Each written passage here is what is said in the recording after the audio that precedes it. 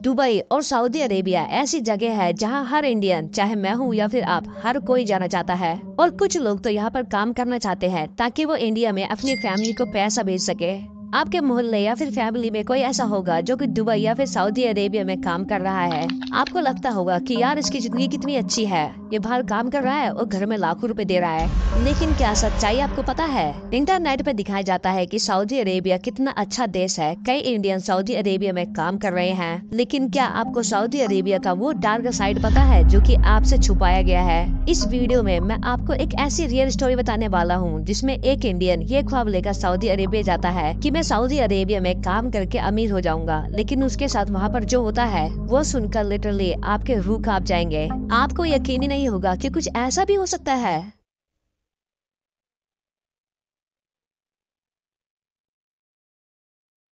ये दिल दहला देने वाली स्टोरी है नाजिब की, जो कि केरल में रहता है। नाजिब एक गरीब फैमिली से है। वो केरल में पानी से बारूद निकालने का काम करता है, लेकिन वो इस काम से ज्यादा पैसा नहीं कमा पा रहा था। नाजिब के घर में उसकी माँ और उसकी वाइफ है। उसकी वाइफ का बच्चा होने वाला है, इसीलिए नाजिब सोचता है कि वो कोई ऐसा काम करेगा जिसमें ज्यादा पैसा मिले, ताकि वो अपने आने वाले बच्चे को अच्छी लाइफ दे सके। नाजिब देखता है कि उसके मोहल्ले में कई ऐसे लोग हैं जो कि अरब कंट्री में जाकर काम करते हैं और उनकी फैमिली इंडिया में अच्छी लाइफ जी रही है।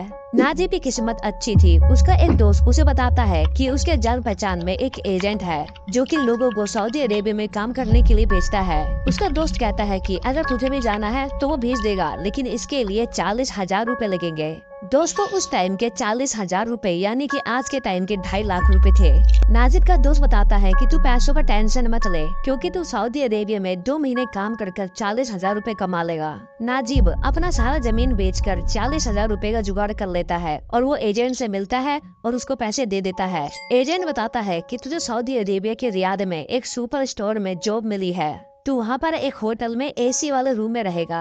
नाजिब अपने मन ही मन में सोचता है कि अब वो एक बहुत बड़ा आदमी बनने वाला है। अब वो अपनी फैमिली को एक अच्छी लाइफ देगा। नाजिब के साथ उसका कजन हकीम भी उसके साथ जाता है। ये सबसे पहले मुंबई जाते हैं, जहाँ ये अपना वीजा कलेक्ट करते हैं। उसके बाद ये सऊदी अरेबिया के लिए निकल पड़ते हैं। लेकिन अब जो इनके साथ होने वाला था, इन दोनों ने सपने में भी नहीं सोचा था। इन्हें बताया गया था कि रियाद एयरपोर्ट पर कंपनी से इन्हें लेने के लिए एक आदमी आएगा। दोनों एयरपोर्ट में काफी वेट करते हैं, लेकिन कोई नहीं आता। ये दोनों वहाँ पर एक स्टाफ से पूछते हैं कि हमें लेने के लिए कोई आदमी आने वाला था, लेकिन वो अभी तक आया नहीं। तो वो इन्हें बताता है कि तुम थोड़ा वेट करो, हो सकता है वो ट्रैफिक में फंसा हो। लेकिन वेट करते करते रात हो जाती है, इसीलिए ये दोनों एयरपोर्ट से बाहर आ जाते हैं। तभी एक काफिल इनके पास आता है और वो बताता है कि मैं तुम्हारा मालिक हूँ। नाजिब और उसका भाई काफिल से कहते हैं कि हमें कॉल पर अपने फैमिली से बात करना है, लेकिन वो काफिल इन्हें डांट देता है और इन दोनों को कार में बैठाकर अपने साथ लेके जाता है। ये दोनों बहुत खुश होते हैं। इनको लगता है अब तो हमारी लाइफ चेंज होने वाली है, अब हम अमीर होने वाले हैं। रात का टाइम था तो इन्हें पता नहीं चल रहा था कि हम कहाँ जा रहे हैं। थोड़ी देर बाद इन्हें पता चलता है ये तो रेगिस्तानी इलाका है जहाँ दूर दूर तक कुछ भी नहीं है। गाड़ी रुकवा कर काफिल से कहते हैं कि हमें बताया गया था कि हम तो शहर में रहेंगे जहाँ बड़ी बड़ी बिल्डिंगे हैं, तुम हमें यहाँ पर कहाँ ले आए? लेकिन तभी वहाँ पर एक और काफिल आ जाता है जो कि हकीम को जबरदस्ती अपने साथ पकड़ कर ले जाता है। ये दोनों कुछ भी नहीं कर पा रहे थे क्योंकि उनके पास हथियार थे। अगला दिन होता है। नजीब देखता है कि वो एक ऐसे रेगिस्तान में है जहाँ दूर दूर तक कुछ भी नहीं है।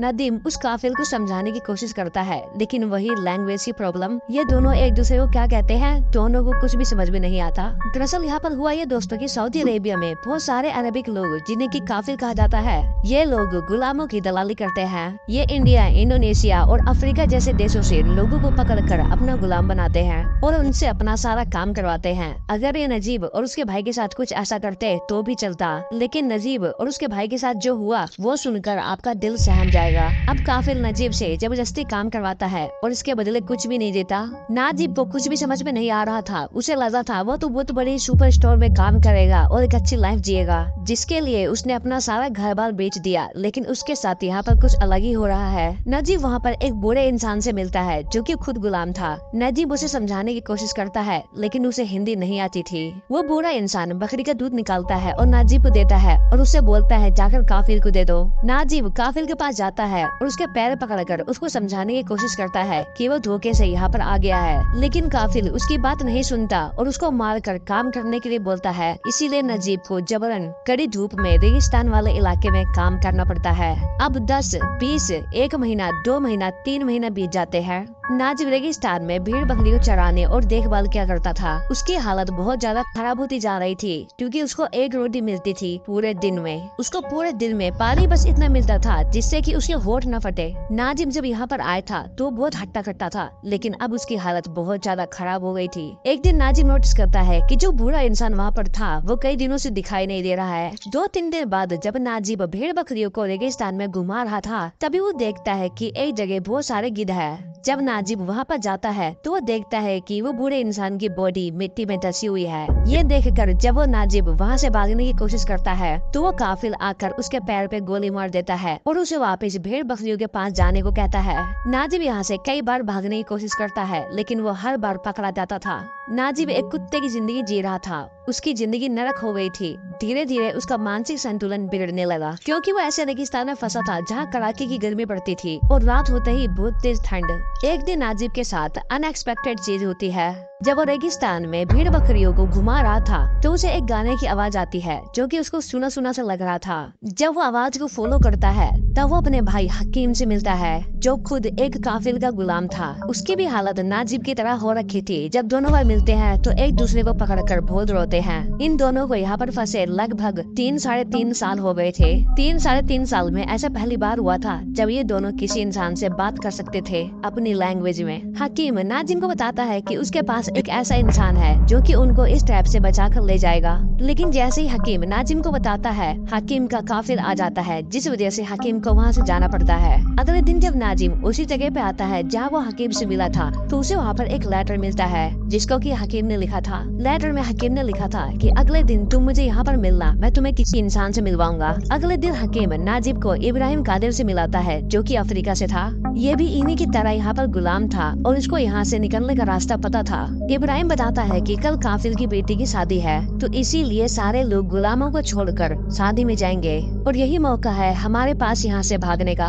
अब शुरू होती है इन लोगों की वो दर्दनाक सर्वाइविंग स्टोरी जो कि इतना पेनफुल और खतरनाक था कि इसने मजबूर कर दिया डायरेक्टर को द गोट लाइफ मूवी बनाने के लिए। और क्या ये लोग यहाँ से बच पाए? और जानते हैं कैसा था इनका रेगिस्तान में सर्वाइविंग स्टोरी। अगले दिन सारे काफिल निकल पड़ते हैं शादी अटेंड करने के लिए। अब इब्राहिम, नाजिब और हकीम के पास मौका था यहाँ से भागने के लिए। नाजिब सबसे पहले अपने सारे कपड़े उतार कर पानी में नहाता है। वो कई सालों बाद पानी से नहाया। ये तीनों निकल पड़ते हैं अपने मंजिल की ओर। ये पूरे खाली रेगिस्तान में अकेले चलते जा रहे थे, लेकिन इन्होंने जो सारा पानी ले रखा था वो पी गए थे। अब रात हो जाती है। ये तीनों काफी थक गए थे, इन्हें प्यास लग रही थी।